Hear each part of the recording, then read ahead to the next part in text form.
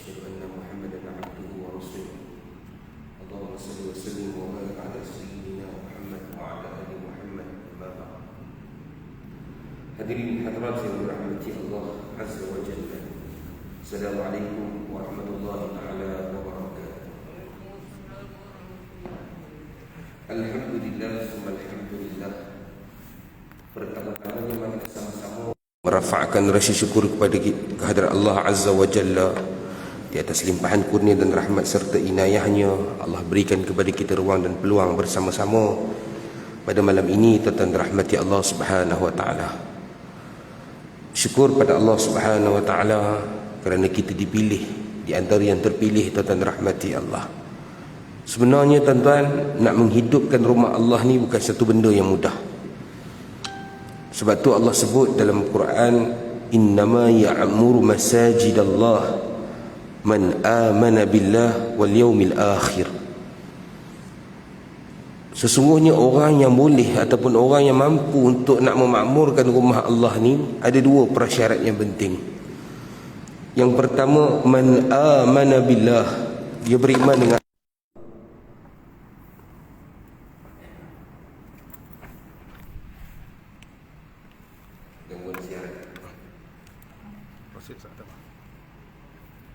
okey. Mana? Ini.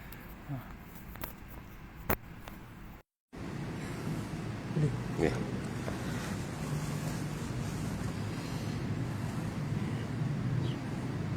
Okey. Baik, tuan-tuan rahmati Allah Subhanahu wa taala. Allah sebut innama ya'muru masajidallah man amana billah wal yaumil akhir. Orang yang nak makmurkan masjid Allah, rumah Allah ni tuan-tuan, ada dua prasyarat.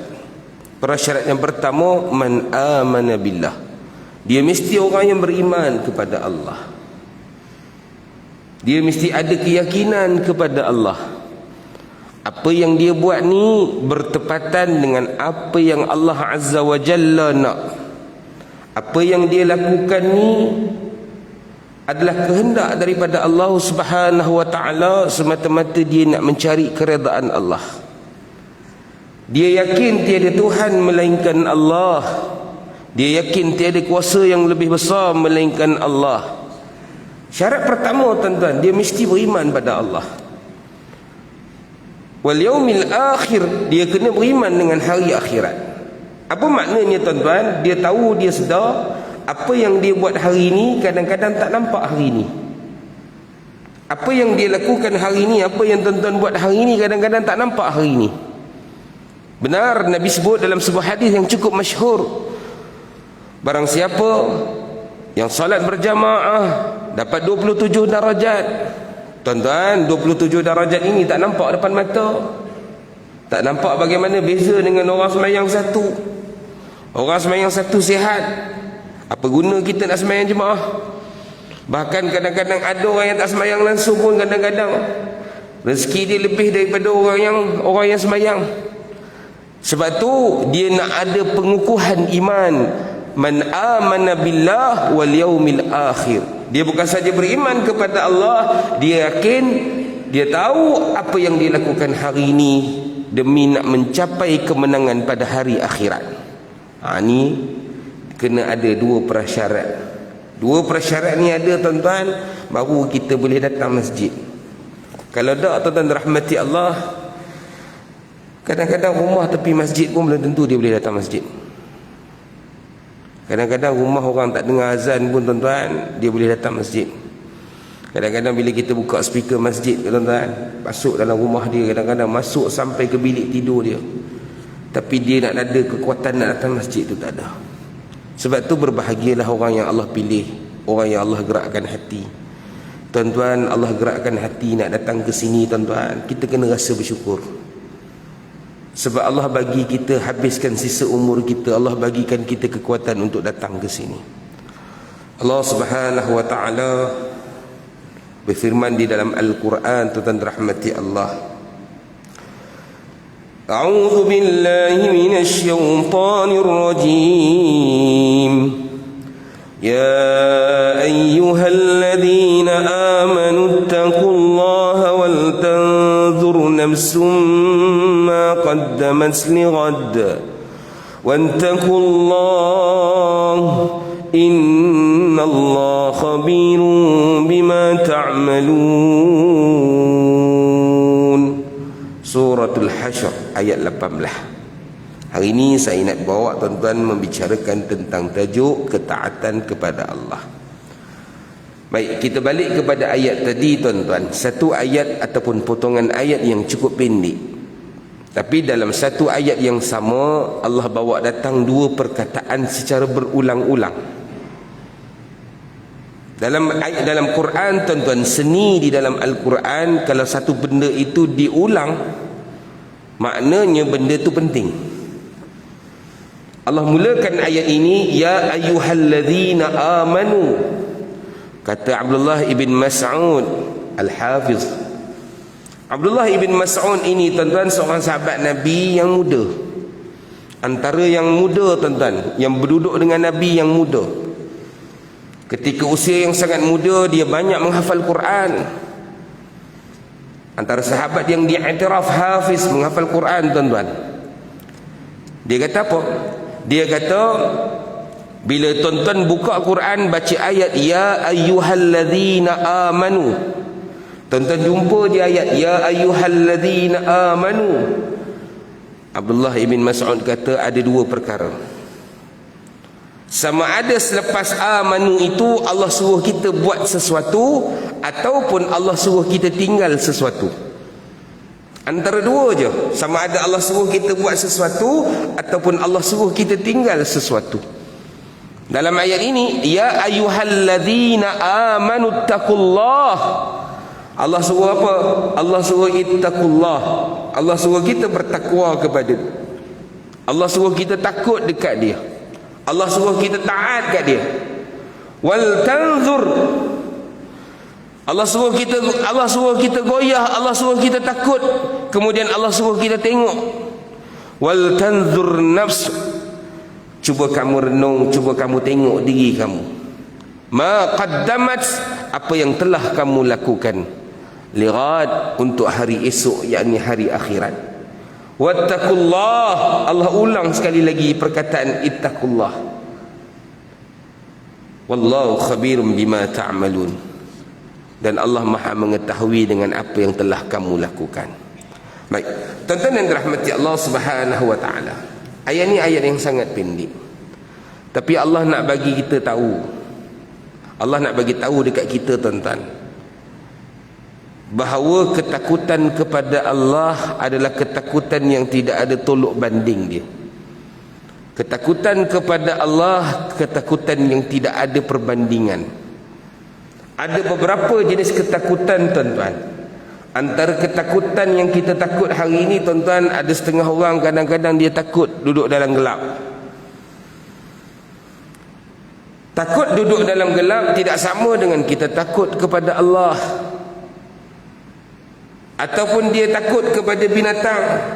Contoh, tuan-tuan pergi jalan-jalan dekat zoo, kemudian tuan-tuan terjatuh dalam kandang harimau. Kita takut tuan-tuan, tapi bukan itu ketakutan kita kepada Allah. Kita takut hari ini tuan-tuan, takut dijangkiti COVID, tapi ketakutan itu bukan sama ketakutan kita kepada Allah. Kerana apa?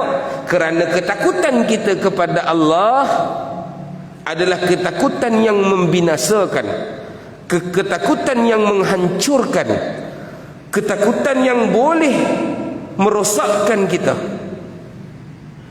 Sebab Allah sebut dalam Quran tuan-tuan, kaifa takfuruna billahi wa kuntum amwata.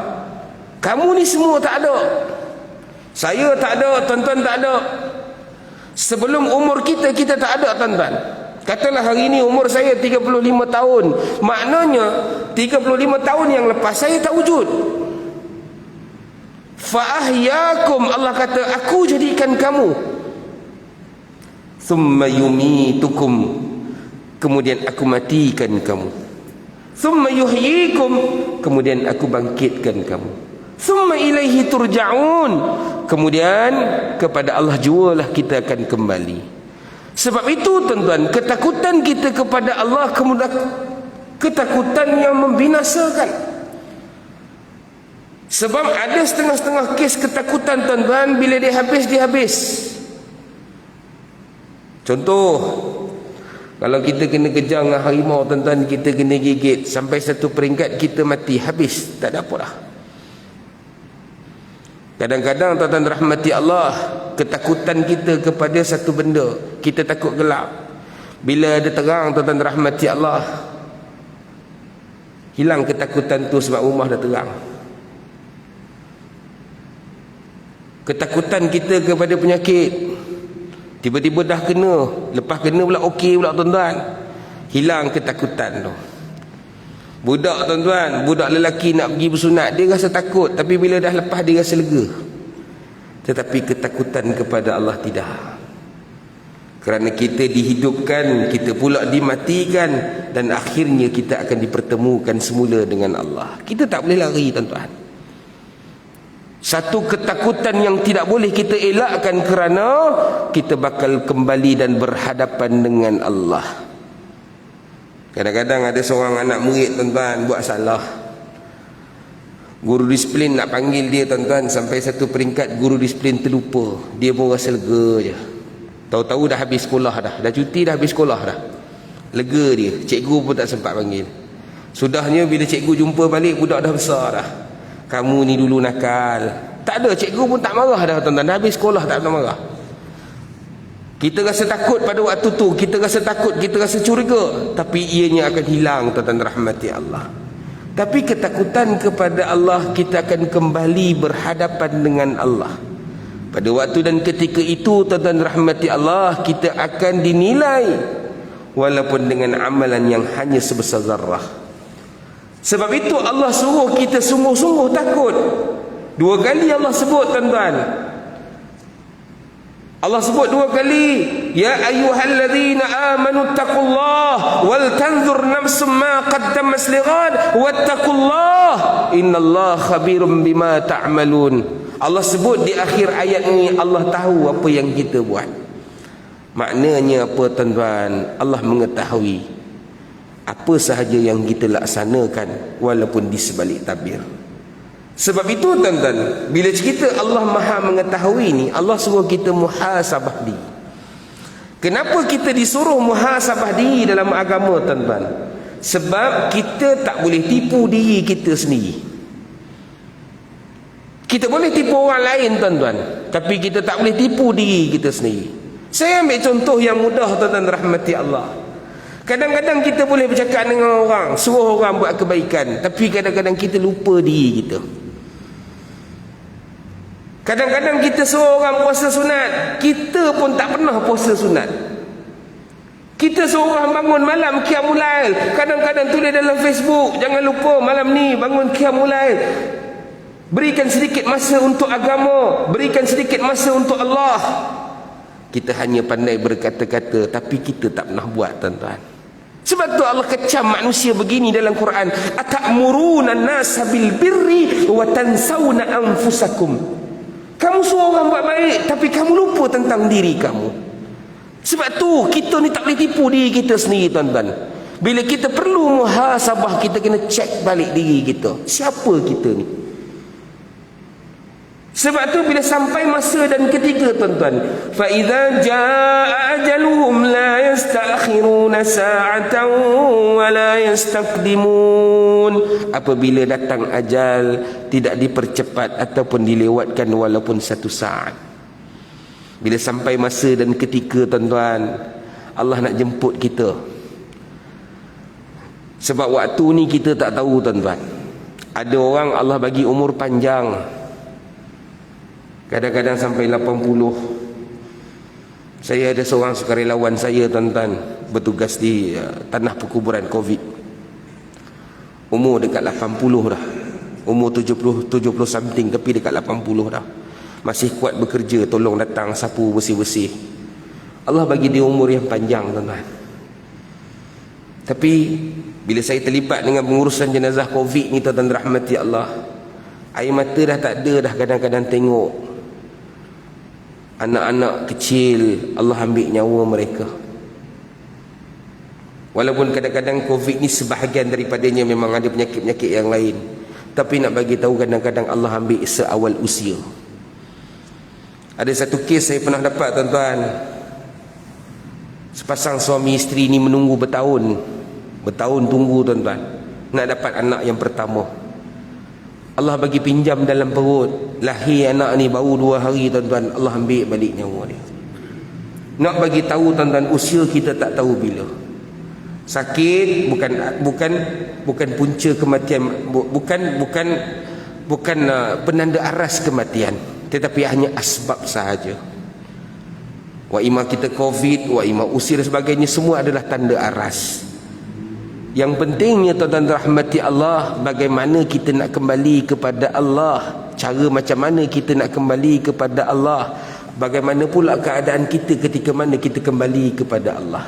Yang ni kita kena sama-sama fikir. Sebab tu muhasabah diri ni sangat penting, tuan-tuan.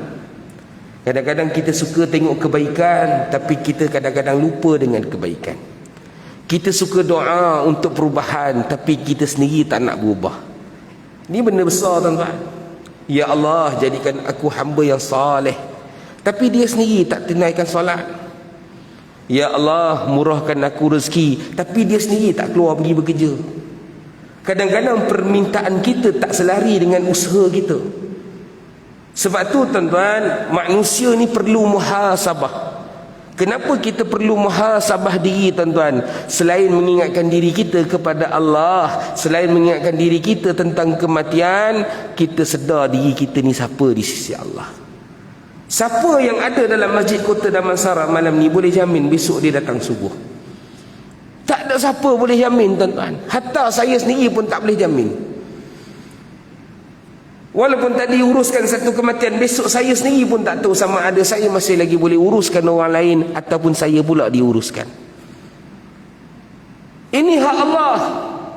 Sebab tu Allah suruh kita takut sungguh-sungguh. Apa preparation kita nak berhadapan dengan satu hari yang cukup besar. Kita ni, tuan-tuan, bila kita nak pergi berjalan, kita buat persiapan. Ambil contoh, tuan-tuan nak balik kampung. Tuan-tuan bila nak balik kampung, tuan-tuan, daripada Kota Damansara, katalah tuan-tuan nak balik Kelantan. Apa tuan-tuan buat? Yang pertama sekali, tuan-tuan rahmati Allah, kita tengok kereta kita. Kereta elok tak? Kondisi dia elok tak? Nak jalan jauh ni. Dan nak jalan jauh, tuan-tuan rahmati Allah, kereta semua elok, tengok poket pula.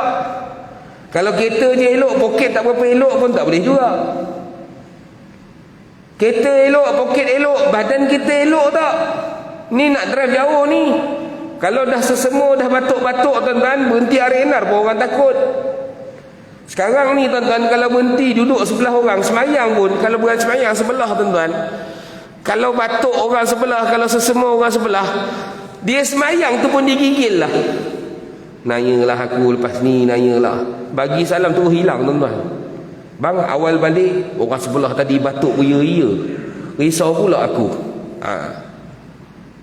Kereta kena elok, poket kena elok, badan kena elok, tempat yang nak dituju pun kena elok. Ni tuan-tuan nak balik Kelantan, tiba-tiba banjir, kita tak balik. Maka inilah yang dikatakan sebagai persiapan.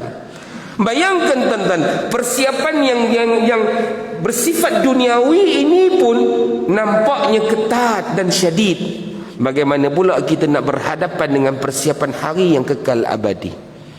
Ni kita nak musafir sekejap ni, tuan-tuan, kita tengok macam-macam. Dengan duitnya, dengan keretanya, dengan tubuh badannya. Bayangkan kita nak pergi berhadapan dengan Allah Azza wa Jalla. Sebab itu beza orang beriman dengan orang yang tak beriman adalah kematian. Kerana kematian bagi mereka yang tak beriman kepada Allah selesai. Sebab tu ada orang yang tak beriman kepada Allah, dia tension dengan COVID, dia tension dengan hutang, tuan-tuan, dia ambil keputusan bunuh diri. Sebab tidak ada keimanan bagi diri dia. Tapi bagi kita yang beriman kepada Allah, kita tahu kematian itu sebenarnya adalah permulaan kehidupan yang abadi. Ad-dunya la'ib. Sekarang ni tempat kita nak bermain. Sekarang ni tempat kita nak berseronok. Sekarang ni sebenarnya tempat untuk kita mengumpul segala-gala bekalan untuk kita bertemu dengan Allah. Kita sedar sebagai orang yang beriman kepada Allah, hari ini adalah benda yang bersifat sementara. Harta yang sementara, pasangan yang sementara, rumah yang sementara, segala-galanya sementara. Kerana bagi kita yang beriman kepada Allah, kematian adalah permulaan. Tapi bagaimana kita nak berhadapan dengan kematian sedangkan kita kurang taat kepada Allah, sedangkan kita tidak ada rasa ketakutan kepada Allah, sedangkan kita kurang melakukan persiapan kepada Allah. Sebab tu dalam ayat ini tuan-tuan, Allah suruh kita takut sungguh-sungguh. 2 kali Allah suruh kita takut. Bila kena pesan 2 kali ni tuan-tuan, maknanya sungguh-sungguh. Macam kita jumpa kawan kita tuan-tuan, ingat lepas ni kalau lalu sini singgah rumah saya. Kita nak masuk kereta, dia pesan lagi, jangan lupa kalau lalu sini singgah rumah saya tau. Maknanya sungguh-sungguh dia ajak tu tuan-tuan. Sampai 2 kali pesan. Kadang-kadang orang ajak kita pergi kenduri kahwin tuan-tuan, dah jumpa kita berdepan, tulis lagi dalam WhatsApp. Kemudian besok hari program tuan-tuan, hantar lagi software reminder. Maknanya sungguh-sungguh dia nak kita datang tuan-tuan. Ni Allah sebut 2 kali, maknanya sungguh-sungguh Allah suruh kita takut. Allah suruh kita gentar dengan persiapan kita. Antara persiapan kita, kita kena tengok ibadat yang kita lakukan, Allah terima ke Allah tak terima. Sebab tu saya selalu kadang-kadang bila saya pergi kuliah mana-mana tuan-tuan, saya bagi tahu Islam ini bermula dengan ilmu tuan-tuan. Sebab tu dalam Islam kita ada dalil. Dalil ini datang daripada perkataan dalla. Dalla ini petunjuk. Dalla yadullu, maknanya petunjuk. Dalil kita ni tuan-tuan ada 4 sandaran kita: Al-Quran, As-Sunnah, Ijma' dan Qiyas. Sebab tu Islam ini bermula, yabda'u bil ilmi, bermulanya agama itu dengan ilmu. Nak tak nak, suka tak suka, kita kena mengaji. Tak boleh datang fizikal tuan-tuan, tengok online. Tak suka kuliah saya, tengok ustaz mana-mana. Yang penting kita faham dengan agama yang kita anuti, kita faham dengan ibadat yang kita lakukan. Saya ambil contoh mudah tuan-tuan, kadang-kadang semayang pun Allahu Akbar, kita semayang maghrib. Tuan-tuan balik, cucu tuan-tuan tanya, "Tok pergi mana?" "Pergi masjid." "Semayang apa Tok?" "Semayang maghrib." Cucu tuan-tuan tanya, "Maghrib tu apa Tok?" "Maghrib tu maghrib lah." Sebab puluh tahun kita semayang, kita tak pernah tahu kenapa namanya maghrib, kenapa namanya isyak. We are never know. Kita tak pernah tahu. Sebab kita tak pernah ambil tahu. Dan kita sombong, kita tak pernah mengaji. Dan kadang-kadang bila ustaz datang pun kita tidur tuan-tuan. Ini hakikat kebenaran seorang Muslim. Kita tak pernah tahu tuan-tuan. Tuan-tuan semayang Allahu Akbar, tuan-tuan baca doa iftitah, Allahu Akbar kabira walhamdulillahi katsira. Saya nak tanya tuan-tuan, hati ke hati? Tuan-tuan hafal ke tuan-tuan faham? Kita semayang puluh tahun ni tuan-tuan. Nabi kata, ajar anak kamu, alimu auladakum bis salah fis sab'ah. Ajar anak kamu semayang pada umur 7 tahun. Umur 10 dia tak semayang, fadribuhum, boleh pukul, boleh sebat. Umur 10 kalau dia tak semayang, boleh sebat. Makna apa tuan-tuan? Secara kiasnya umur 10 wajib. Hari ni kalau umur kita 40 tuan-tuan, maknanya dah 30 tahun wajib. Kalau hari ni umur kita 50, maknanya dah 40 tahun wajib. Kalau hari ni umur kita 60, maknanya dah 50 tahun wajib. Anggaran mudahnya tolak 10. Tuan-tuan, kadang-kadang bila kita makin berumur ni, kadang-kadang semayang kita makin teruk. Kalau ikutkan semakin lama semayang makin bagus. Sebab kalau kita belajar tuan-tuan, non-stop belajar, tuan-tuan belajar 6 tahun, tuan-tuan dapat sijil UPSR. Tambah lagi 5 tahun, 11 tahun, tuan-tuan dapat SPM. Tambah lagi 3 tahun, 14 tahun, tuan-tuan dapat diploma. Tambah lagi 3 tahun, 17 tahun dapat degree. Tambah lagi 3 tahun, 20 tahun tuan-tuan dapat master degree. Tambah lagi 5 tahun, katalah lambat, 25 tahun belajar non-stop, dapat PhD. Filosofi degree tuan-tuan, kalau kita belajar non-stop 25 tahun boleh pergi PhD. Bahkan mungkin kurang daripada tu. Hari ini kita semayang lebih 25 tahun, solat kita tak jadi PhD. Why? Kerana kita kurang muhasabah. Sebab kita rasa kita tahu semua, kita rasa kita pandai semua. Kadang-kadang bila ada kuliah pun kita tak nak dengar. Kita lebih rela main handphone kat belakang, kita lebih rela tengok game, kita lebih rela buat benda lain. Sebab kita rasa kita tahu semua. Sekecil-kecil benda pun kadang-kadang kita tak muhasabah diri. Ini solat yang kita buat. Saya bukan deny ibadat tuan-tuan, tapi saya nak kita sama-sama tuan-tuan. Kita nak pergi menuju ke bulan Ramadan ini. Kalau boleh kita semayang yang berkualiti. Bukan kerja rakaat tuan-tuan. Tuan-tuan nak buat 8 ke, tuan-tuan nak buat 20, terpulang. It's up to you all. Tapi yang paling penting hari ini, biarlah solat kita adalah solat yang paling berkualiti. Rugi kalau kita semayang tapi semayang kita tak ada kualiti. Kita baca doa iftitah 25 tahun kita tak pernah tahu apa maksud doa iftitah yang kita baca. Kita baca surah Fatihah. Alhamdulillahi Rabbil Alamin, Ar-Rahmanir Rahim, Maliki Yaumiddin. Ada orang kadang-kadang semayang 20 tahun tuan-tuan, surah Fatihah pun masih lagi tak sempurna. Itu tak apalah tuan-tuan. Kadang-kadang 20 tahun kita tak pernah tahu kenapa surah Fatihah dipilih sebagai surah yang menjadi rukun dalam solat. Kenapa namanya surah Fatihah? Kenapa namanya Ummul Kitab? Di mana dia diturunkan? Kenapa dia diturunkan? Apa asbabun nuzul surah Fatihah? We are never know. Kita tak pernah tahu. Tuan-tuan, kita nak mati ni tuan-tuan. Kita nak pergi bertemu dengan Allah ni. Sebab tu Allah suruh kita takut sungguh-sungguh. Kemana kita nak bawa hidup kita ni? Dalam kita tak faham agama kita, kita tak faham solat kita. Ni belum cerita bab lain tuan-tuan, bab yang lebih-lebih besar ni. Ni belum masuk muamalah, siasah, belum masuk yang lain-lain tuan-tuan. Ni kita cerita bab yang paling penting ni. Pokoknya solat kita. Agak-agak solat kita ni kualitinya berapa bintang tuan-tuan. Tuan-tuan jangan tanya orang lain, tanya diri kita sendiri. Sebab kita yang tahu siapa diri kita. Takbir kita betul ke tak? Rukuk kita sempurna ke tak? Sujud kita betul ke tak?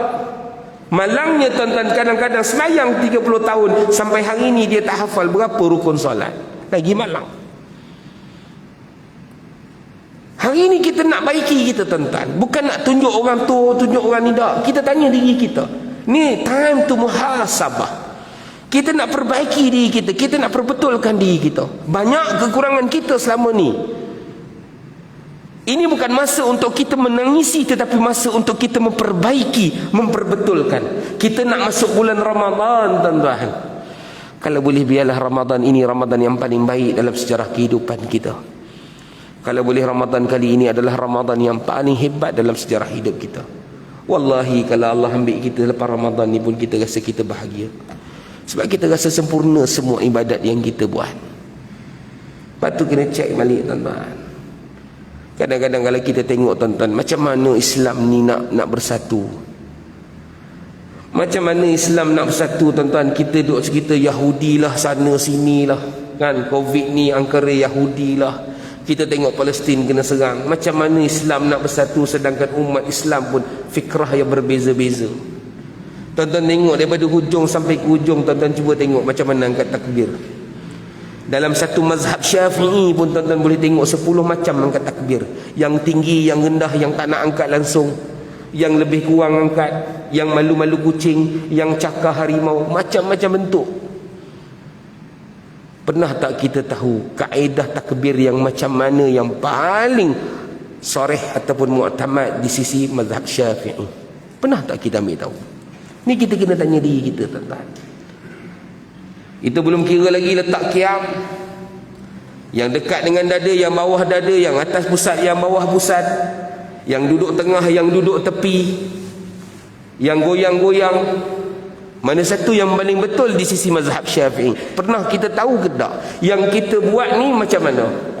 Sebab tu Nabi kata, sallu kama ra'aitumuni usalli, semayanglah kamu seperti mana kamu lihat aku solat. Macam mana kita nak lihat Nabi kalau kita tak duduk zaman Nabi? Sebab tu kita perlu berpandukan kepada para imam. Mutakhir ini tuan-tuan, ramai orang yang saya tak tahulah tuan-tuan, saya tak nak duduk belah mana-mana sebab saya tak nak bagi tuan-tuan pening. Sebab tuan-tuan ni kategori orang awam. Saya ni orang awam, tapi mungkin saya ada ilmu sedikit, tapi orang awam jugalah.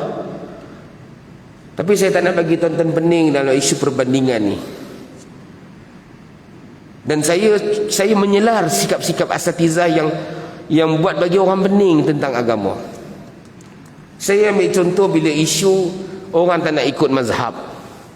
Tuan-tuan, kita ni kalau tak nak ikut mazhab, kita nak ikut siapa?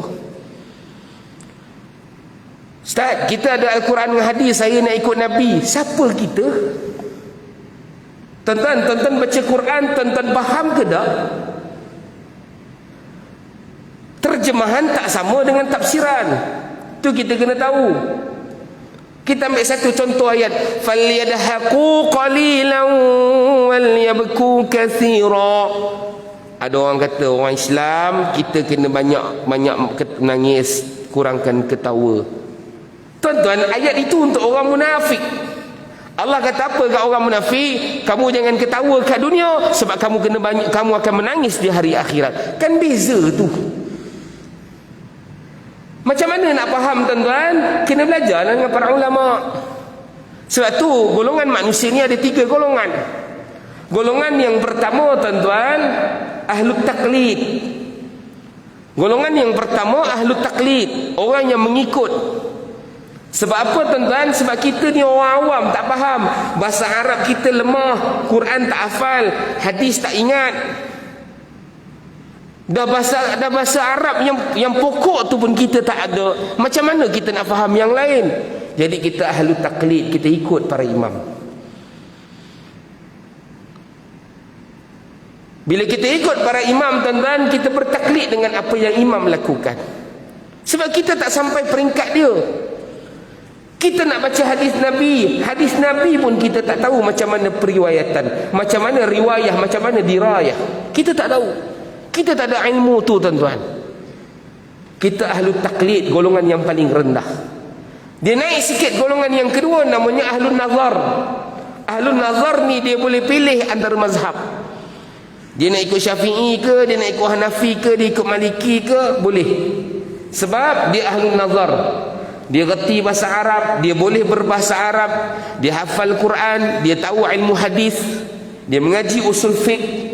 Ni ahlun nazar. Ahlun nazar ni biasa orang yang alim, orang yang duduk dalam majlis muzakarah fatwa, ahli majlis fatwa negeri, orang-orang yang alim. Ni ahlun nazar. Dia tahu, dia belajar arba'u mazahib, 4 mazhab dia belajar. Ni ahlun nazar tuan-tuan. Kita tak sampai, kita ahlu taklid.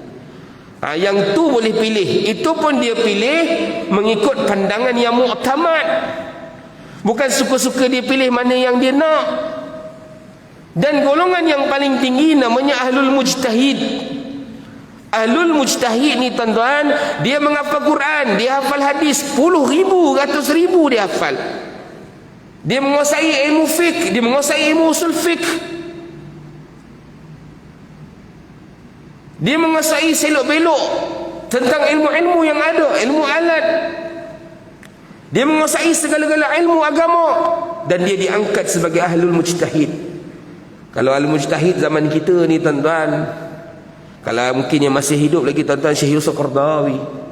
Kalau dulu Karim Zaidan, Syekh Ramadan Buti, Wahbah Zuhaili, yang ni ahlul mujtahid.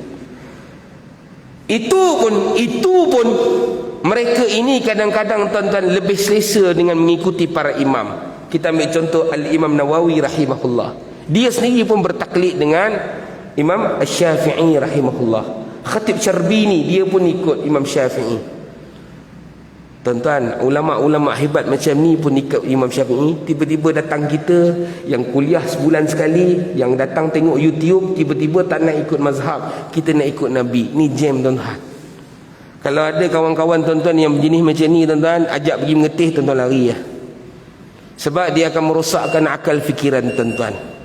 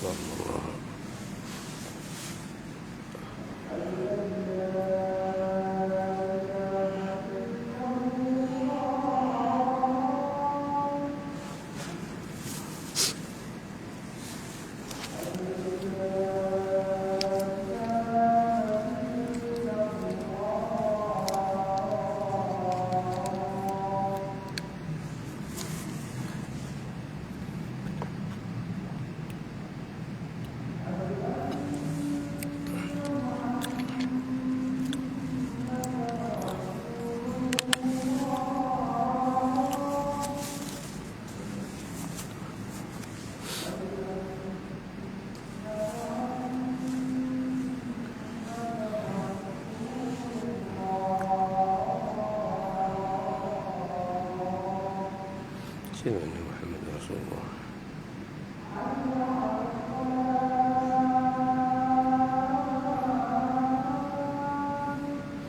La hawla wa la quwwata illa billahil aliyyil azim.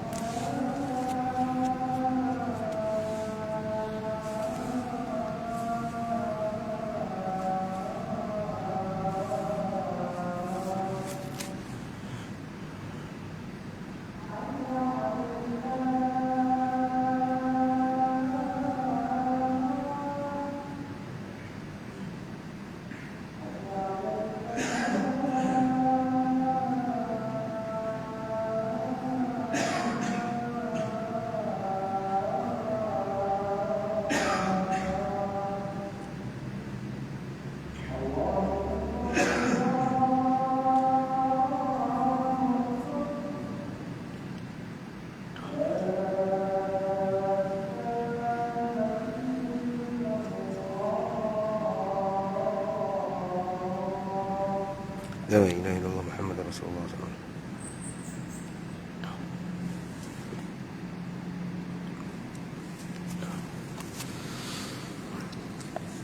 Tuan-tuan rahmati Allah Subhanahu wa taala. Kita ambil sikit lagi masa, kita buat kesimpulan tuan-tuan rahmati Allah. Jadi tuan-tuan rahmati Allah, kita kena nilai balik semula ibadat yang kita lakukan. Perkara-perkara yang kita lakukan, adakah perkara ini bermanfaat untuk kita bertemu di hadapan Allah? Adakah perkara ini bermanfaat untuk kita bawa bekalan ini bertemu dengan Allah? Kita kena tanya diri kita. Sebab kita tak boleh tipu diri kita. Kita tahu siapa diri kita, kita tahu macam mana diri kita. Kita boleh cerita dengan orang tentang solat sunat, tapi kita tahu sejauh mana kita banyak mendirikan solat sunat ataupun tidak. Kita boleh cerita dengan orang tentang bangun malam, tapi kita sedar diri kita. Kita boleh cerita dengan orang tentang banyak perbuatan-perbuatan amal kebajikan, tapi kita sedar siapa diri kita, sama ada kita banyak melakukan ataupun tidak. Sebab itu tuan-tuan rahmati Allah Subhanahu wa taala, saya nak mengajak tuan-tuan sama-sama kita muhasabah diri. Kita muhasabah diri, kita perbaiki diri kita balik tuan-tuan. Sebab sekarang ni kita banyak berdoa, mudah-mudahan Allah berikan kita peluang untuk bertemu lagi Ramadan. Dalam keadaan hari ini jangkitan Covid semakin menggila dan mengganas, tuan-tuan rahmati Allah, kita tetap nak kalau boleh Allah bagi kita peluang tahun ini sama-sama berqiyamul lail, sama-sama kita bertarawih, sama-sama kita mendiri dan menghidupkan Ihya'ur Ramadan. Tapi kalau boleh tuan-tuan, biarlah tahun ini, andai kata ini tahun yang terakhir kita dalam bulan Ramadan, ibadat yang kita lakukan adalah ibadat-ibadat yang berkualiti. Dan kita ni tuan-tuan, kalau boleh jangan banyak sangat bergaduh benda-benda yang kita tak tahu, kita tak faham, dan benda yang tak ada kena mengena dengan diri kita. Saya ambil contoh tuan-tuan, bila berlaku kekecohan bila berlaku kekecohan tentang jangkitan Covid tahun lepas di negeri Selangor tuan-tuan. Negeri Selangor waktu tu jadi juara jangkitan Covid, banyak mati pun di Selangor. Masa tu antara yang huru-haranya negeri Selangor ni berkaitan dengan pengurusan jenazah. Saya tahu mungkin Masjid Kota Damansara pun antara yang terlibat lah juga, sebab tanah kuburan Kota Damansara pun terlibat. Waktu tu tuan-tuan, kubur jadi kecoh. Yang nak terima, yang tak nak terima, yang berbalah, yang mempertahankan kubur supaya orang Covid tak masuk. Kita ni yang pening-pening tuan-tuan, yang tak bagi jenazah Covid masuk ni, kita ni siapa? Tanah tu tanah wakaf. Habis kalau kami mati nanti nak tanah mana kalau tanah dah kubur dah penuh? Tuan-tuan jangan risau. Belum ada lagi jenazah yang tanam diri sendiri. Tuan-tuan dah mati, tugas orang lain fikir, bukan tugas kita nak fikir tuan-tuan. Ni masalah kadang-kadang kita ni. Kita ni terlampau hevok fikir benda yang bukan masalah kita. Belum ada lagi tuan-tuan jenazah di Malaysia dibuang dalam sungai, tak ada. Kita akan dikebumikan. Cuma kat mana kita dikebumikan, itu telah ditentukan oleh Allah Azza wa Jalla. Kecoh gegak gempita satu negeri Selangor. Yang ni nak terima, yang ni tak nak terima orang luar, sehingga titah baginda Sultan terpaksa campur tangan dek kerana kubur je. Akhirnya pihak JAIS keluarkan satu memorandum untuk menyelaras kubur-kubur Covid. Kubur-kubur sekian, nak tak nak, suka tak suka, kena terima. Waktu tu slow lah sikit. Jadi tuan-tuan rahmati Allah, ada kubur yang bersetuju dengan harga, ada yang tak bersetuju dengan harga, banyaklah benda. Tapi nak bagi tahu, kadang-kadang kita berbalah benda yang tak sepatutnya kita balah. Contoh, kita berbalah isu furuk, benda yang tak sepatutnya kita balah. Zikir lepas mayang. Zikir lepas mayang ni warid tak daripada Nabi? Ya, Nabi bagi tahu ada zikir lepas mayang. Ada al-azkar ba'da salatil mafruḍah. Ada, memang ada hadis. Cuma ulama berbeza pendapat. Bezanya apa? Kuat ataupun perlahan, tu je. Tapi sahih tak daripada Nabi? Ya, sahih daripada Nabi. Cuma tinggal lagi ulama berbeza pendapat dalam mensyarahkan hadis, sama ada baca perlahan ataupun baca kuat. Yang kita ni bergaduh tak tentu hala, tak tentu pasal. Sudahnya tuan-tuan, dia kena bergaduh, dua-dua tak wirid lepas mayang. Tuan-tuan, kalau tuan-tuan tak ikut imam, tuan-tuan ingat duduk kat belakang dekat tiang, tuan-tuan wirid seorang-seorang lah? Tak ada dah, main WhatsApp tuan-tuan. Orang bergaduh pasal kunut, baca kunut lepas subuh, baca kunut subuh ke tak, baca kunut subuh tak. Sudahnya dia bangun sembahyang jemaah subuh pun tak. Selama hidup kat Kota Damansara tak pernah sekali pun nampak muka dia datang sembahyang subuh. Ini isu tuan-tuan. Sebab tu kadang-kadang kita bergaduh benda yang tak perlu kita bergaduh. Kita kena banyak muhasabah diri kita.